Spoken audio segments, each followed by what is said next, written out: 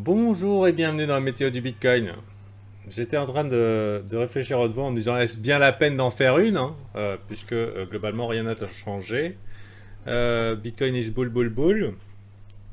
Bon, maintenant pour des day traders ou des gens sur le tard, vous pouvez éventuellement tenter un buy the dip, une entrée tardive ici à 11 137. Si on se met en 12 heures avec un petit peu de bol, vous pouvez aller chercher ce plat ici de Kijun. Allez, 11 000 et qui ferait un gap CME, mais malheureusement pour les bears, je doute qu'on aille plus bas. Donc si vous êtes en train de shorter, euh, pensez à prendre profit rapidement parce que sky is the limit. Voilà. Alors oui, le monde va mal. Oui, Macron va parler. Oui, oulala, coronavirus. Mais on ne traite pas ce qu'on croit, nos peurs existentielles ou des dangers hypothétiques, on traite ce qu'on voit. Et le graphique nous dit Moon.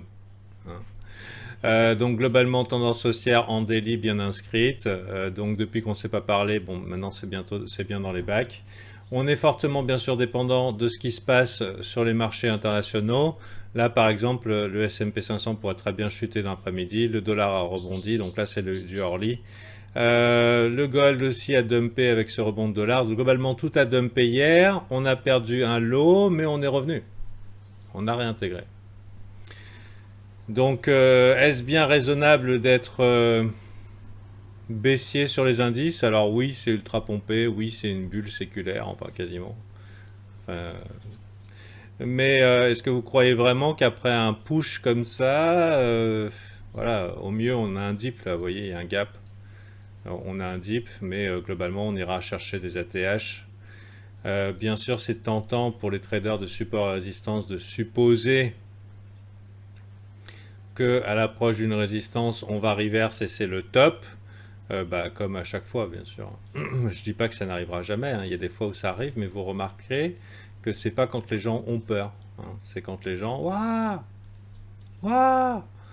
Donc, pour l'instant, vu qu'on est un peu dépendant de ces marchés internationaux, il y a quand même de fortes probabilités que dans les jours, semaines qui viennent, on fasse un nouvel ATH sur le S&P 500. Il y a quand même pas mal d'annonces de, de résultats en ce moment aux États-Unis. On a pu voir que Nasdaq était encore plus fort hier, il y a eu l'annonce d'Apple. Je sais pas. Pour moi, je pense qu'il est dangereux de ne pas avoir de Bitcoin alors qu'on voit le crypto rush en train de se manifester dans toutes les news qui arrivent en ce moment. On a les entreprises, les grosses corporations qui essayent de protéger leur trésorerie et qui nous annoncent à chaque dip, ah ben on a acheté pour beaucoup de Bitcoin. Hein. On a ça. On a la création d'hélicoptères monnaie globalement tout le temps. Et ça va pas changer puisque pour pouvoir permettre l'adoption de leur future crypto qu'ils appellent souveraine, hein, pour pas dire que c'est de la merde, c'est pour dire que le Bitcoin c'est de la merde. Hein. Quand on dit oui, non mais les cryptos, il y a que les cryptos souveraines. Déjà, les cryptos souveraines n'existent pas. Hein. Donc, ce qu'on va appeler crypto souveraine, ça va être le crypto euro, crypto dollar, crypto one. Mais c'est la même chiasse que leur papier. Ça a souverain que mon cul, c'est moins sécure, c'est probablement imprimable à l'infini, et ça va apporter davantage de jetons pour aller pumper nos bitcoins limités, vu que globalement tous les États vont s'y mettre. Donc, bonne chance à ceux qui n'auront pas de bitcoin. Hein. Euh, bonne chance, c'est ce que j'ai à dire. Actuellement, je trouve que même s'il y a des dips possibles, même s'il y a des potentiels crash systémiques comme le 13 mars, hein, bien sûr, et je disais, il y a beaucoup de gens qui sont encore traumatisés par ce 13 mars, euh, en beaucoup de points, mais je ne vais pas rentrer dans l'order flow, je voudrais pas que ça se retrouve sur notre chaîne en faisant style, l'idée est originale, hein, parce que bon, YouTube c'est copycat. euh, On n'est pas dans les configurations du 13 mars. Le mouvement est amplement motivé et alimenté par des achats en spot. Ça veut dire que ce ne sont pas des gens qui sont grosses couilles en dérivatif, en x100 et qui ajoutent à leur longue. On est dans le cadre d'une situation où les gens achètent les bitcoins, retirent les bitcoins et les mettent sur des wallets.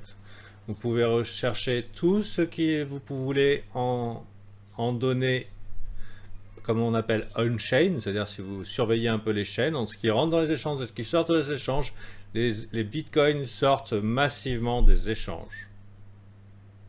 Voilà. Donc c'est dangereux de ne pas en avoir. Très dangereux de ne pas en avoir. Donc maintenant, effectivement, il y a un dip possible ici. Le gap CME, bon, on pourrait secouer encore les gens, mais la tendance est haussière. Que voulez-vous? Et les indices aussi. Aussi ridicule que ça soit, vu la conjoncture mondiale. Oui, ils pompent ça à l'infini, et pour l'instant, on n'a pas de raison de s'inquiéter. Pour l'instant, mon biais ne peut pas changer, sauf une installation sous les 10 500. Bon courage. Bon courage au bear pour venir nous installer sous 10 500. C'est pas impossible. Ça va être difficile. Très, très, très difficile. De la même manière que les traders de support et résistance vont prendre le trade, on a parlé hier du trade probable, enfin pas probable, mais avantageux au niveau du risque récompense parce qu'on est proche d'une résistance. N'importe quel bear en déni va pouvoir penser oui short et dire ok, donc on va mettre notre stop ici. Et éventuellement la target de l'infiniment petit, ce qu'on appelle délusionnel en anglais. Le mec il troll.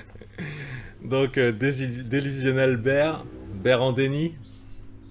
Donc la target c'est avantageux parce que le risque récompense est élevé. Hein, c'est avantageux parce que le risque récompense est élevé. Mais si jamais ça doit arriver, la probabilité est que d'abord on aille chercher les stops et ensuite on aille en bas. C'est pareil pour le S&P 500.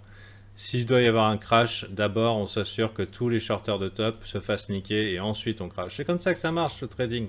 Si tu es dans la bonne direction, tu n'es pas censé gagner. Tu es censé te faire sortir et ensuite le marché te donne raison. Donc, explosage des stops et réintégration. Avant ça, c'est à mon avis beaucoup trop. C'est trop dangereux de se penser bear ici et toutes les dumps sont des bear traps. Et vu qu'on est dans un mouvement haussier, la caractéristique d'un mouvement haussier, les VIP pourront me le dire. Et s'il y en a un qui donne la réponse, j'applaudis et des deux mains. Quelle est la caractéristique d'un mouvement haussier? Selon un terme que je dis souvent, bien sûr la caractéristique c'est plus au sommet, plus au creux, mais il y a une petite phrase que j'utilise souvent.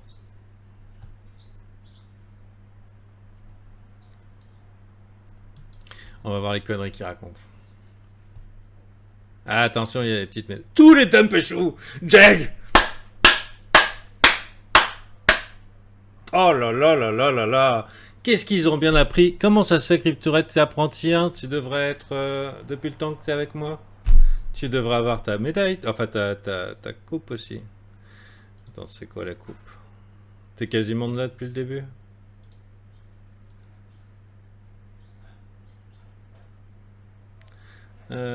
Spécialiste de... Ouais, t'es bugué. Bon, ça y est, c'est réglé. Bon, toujours est-il que, voilà, tous les dumps échouent. Caractéristique d'un bull market.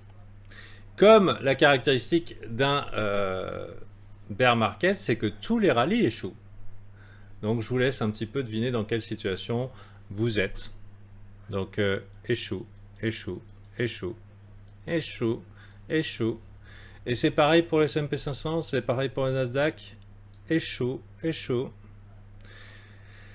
Et bien sûr, là, c'est du early, mais si tu te places en daily, c'est d'autant plus caractéristique. Donc, on est dans un marché haussier, et je veux dire, la tendance est votre ami until the end. Et il y a beaucoup plus. Il y a Romain qui arrive sur le tard, RBR2 qui disent plus au sommet, plus au creux. Donc, pour l'instant, on ne trade pas nos angoisses existentielles et notre peur de ça monte, on essaye d'aller avec le flow. Vous n'allez pas inverser le courant. Il y aura toujours des gens pour flipper parce qu'ils sont en train de monter sans eux et qui vont profiter du moindre dip pour pouvoir rentrer dedans. Et il y aura toujours des gens qui diront mais c'est pas possible parce qu'ils ont raté le mouvement, donc ils disent il faut que je sorte, il faut que je sorte. Et c'est comme ça, c'est comme ça. Donc cette météo, c'était pour vous sortir de un petit rappel que nous sommes dans un crypto rush. Je viens de voir la propagande télévisuelle, bon, une chaîne info, et ils disaient que l'Europe est en train de supplier Libra, surtout ne sortez pas votre Libra. Il y a un rush crypto. Il y a un rush crypto. Il y a un rush crypto des entreprises pour se préserver de l'hélicoptère monnaie, hein, de la perte. En plus, et la Fed et la BCE, dans la semaine qui a précédé, dans les 5 précédents jours-là, viennent tous les deux d'annoncer qu'ils allaient lâcher du lest en termes d'inflation, qu'ils allaient y aller, ils allaient faire tout ce qui est possible. Et en plus, derrière ça, il va falloir qu'ils créent leur crypto, qu'ils créent leur jeton électronique, qu'ils en envoient à tout le monde pour que tout le monde adopte. Mais je vais vous dire, on va vivre dans un monde où tout le monde saura utiliser la crypto et que l'adoption massive, vous savez qui c'est qui va vous la faire? Qui c'est qui va vous la pousser à les utiliser, ces cryptos? On n'a pas besoin que les gens adoptent massivement le Bitcoin, puisqu'ils sauront tous se servir d'une crypto-monnaie qui fonctionnera exactement pareil que le Bitcoin, sauf que c'est pas fourni par des merdeux. Voilà. Quand je dis merdeux, c'est des gens qui sont en train de saboter notre économie. Banque, gouvernement, banque centrale. Bon, en tout cas, buy Bitcoin. Voilà. Et si jamais ça chute, et ben vous holdez. Je veux dire, ça fait oui, c'est volatile. Mais c'est volatile vers le haut. Allez. Ceci n'est pas un conseil d'investissement. Ceci est un quadragénaire qui s'excite derrière son écran. Allez.